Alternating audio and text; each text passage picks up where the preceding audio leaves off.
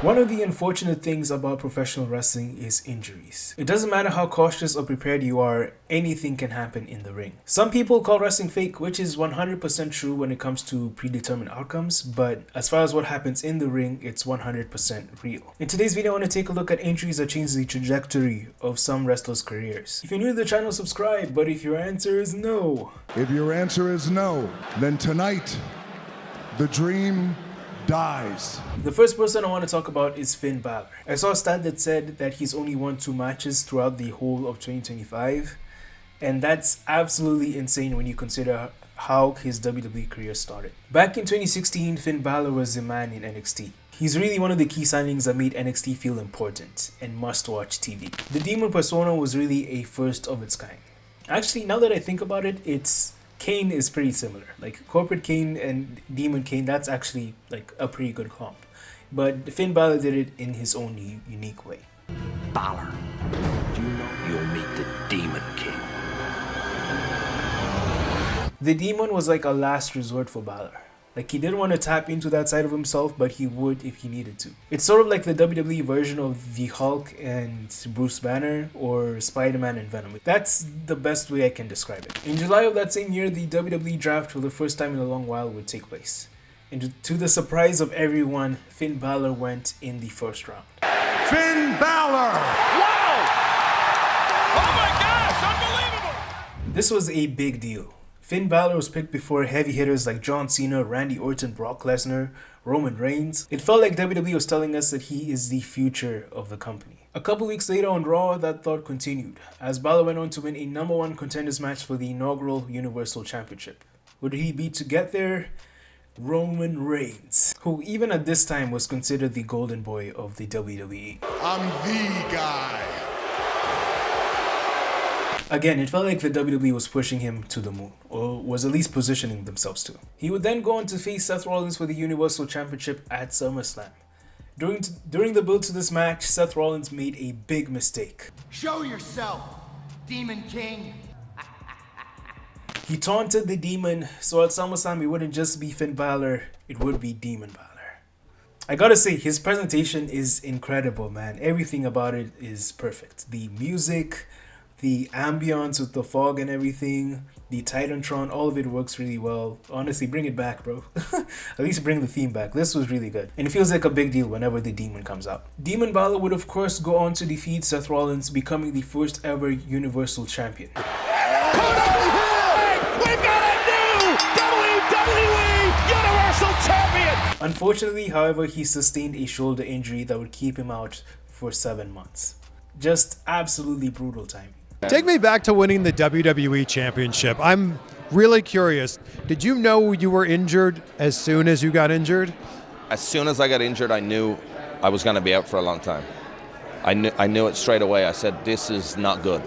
And, you know, I dislocated the shoulder, relocated it myself, realized I was in a bad way, hit the ropes, it dislocated again, I relocated it.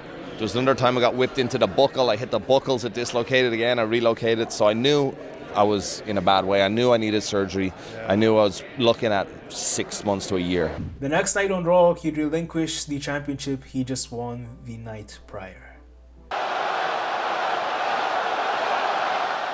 This is one of the bigger what-ifs in modern wrestling. If he hadn't gotten injured, he likely would have been the biggest star of 2016 or even 2017. Like, Finn Balor would have been the guy in WWE. It seems like Vince lost trust in him afterwards.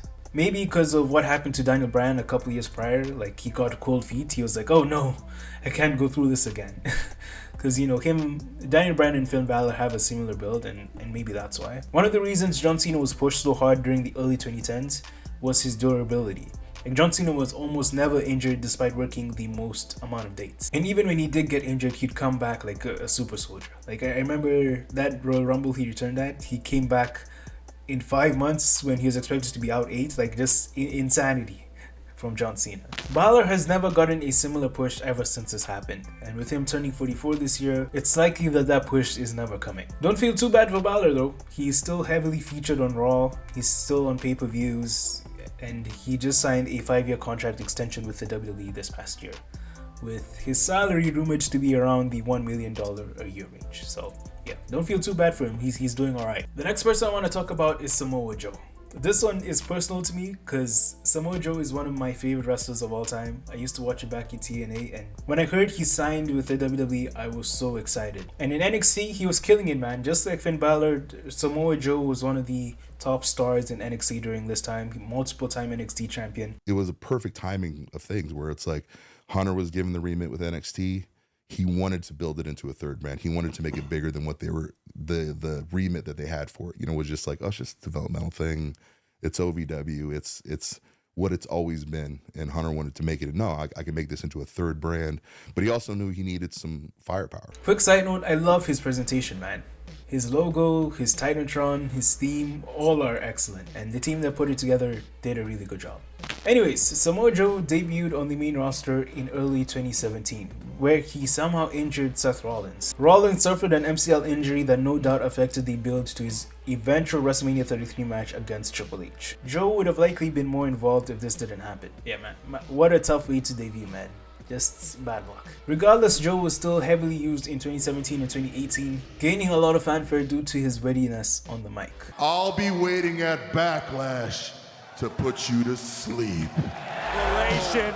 From Samoa. Samoa Joe is weirdly both threatening and hilarious at the same time. Like, it's crazy. Keep on talking. Hey, do me a favor. Why don't you act like this is an AA meeting and you shut your mouth while I'm sharing with the group? Unfortunately though, Joe would incur multiple injuries during his run that derailed his success in WWE.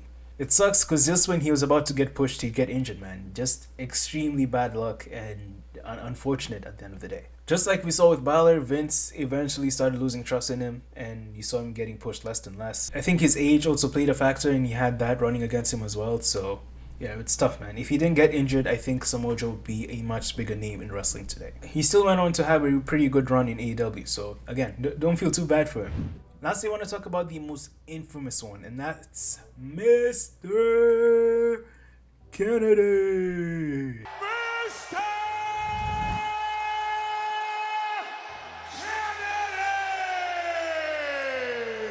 In early 2007, Mr. Kennedy was receiving a major push. He won the Money in the Bank ladder match at WrestleMania 23, which gave him a guaranteed shot at the WWE or World Heavyweight Championship.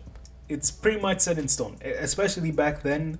The win rate for Money in the Bank was 100%, so he was going to be the new WWE champion. However, just a few weeks later, Mr. Kennedy suffered an injury that would keep him out for the next few months. Due to this, the WWE had him lose the Money in the Bank briefcase to Edge. The funny thing is, well, not really funny, this is, the tragic thing is, his diagnosis was wrong. They said he had a torn triceps, but his injury ended up being much more minuscule, and he probably would have been back in a month, or even a couple of weeks, and that's just brutal. Here's him talking about it. So I walked in, and Vince and Stephanie laid out the scenario. Hey, Taker's hurt. I think he torn his biceps. He was the champion at the time. He needs to have surgery. He needs to go away. Pick the bones, cash in the briefcase, cover him 1, 2, 3. Yeah. On a house show on a Saturday. First show, I'm in like a 8-man tag. Batista gives me a little clothesline, and I went down and I felt something pop in my tricep. Next day, Stephanie called me. She said, Ken, you tore your tricep off the bone. You're going to have surgery. You're going to go away for 9 months. We still need to get that title off of Taker, though. So Penn State, Edge is going to challenge you for your briefcase, and then he's going to go on and do what you were supposed to do. You know, it was kind of like, what can you do? Not much. So yeah. Edge beat me up right out of the. I think he jumped me on the ramp, rolled me in the ring, ding, ding, ding, spear 1, 2, 3. So then the next day I go down to Birmingham, Alabama, sitting on Dr. Andrews' table, and he just feeling my arm, and he goes, "That's not a tear.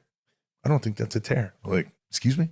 By the time the WWE knew this, the moment had already passed. He'd already done it. Like, now Edge was the Money in the Bank holder. So Mr. Kennedy never really got another push like this again, and later ended up getting fired in 2009 due to backstage issues with Randy Orton. Again, just tragic, man. This is another massive what if. What if he didn't get injured? He likely would have been the World Heavyweight or WWE champion, and the outlook of his career would be a lot different. Obviously, there's a ton of different injuries in the WWE that ended up affecting someone's career, but these are the 3 which I wanted to take a look at in today's video. You guys can let me know down in the comments what other injuries, what other what ifs, and I'll see about making another video. I'll see about making a part 2. Subscribe to the channel if you're new. I'll see you guys in the next video. Bye.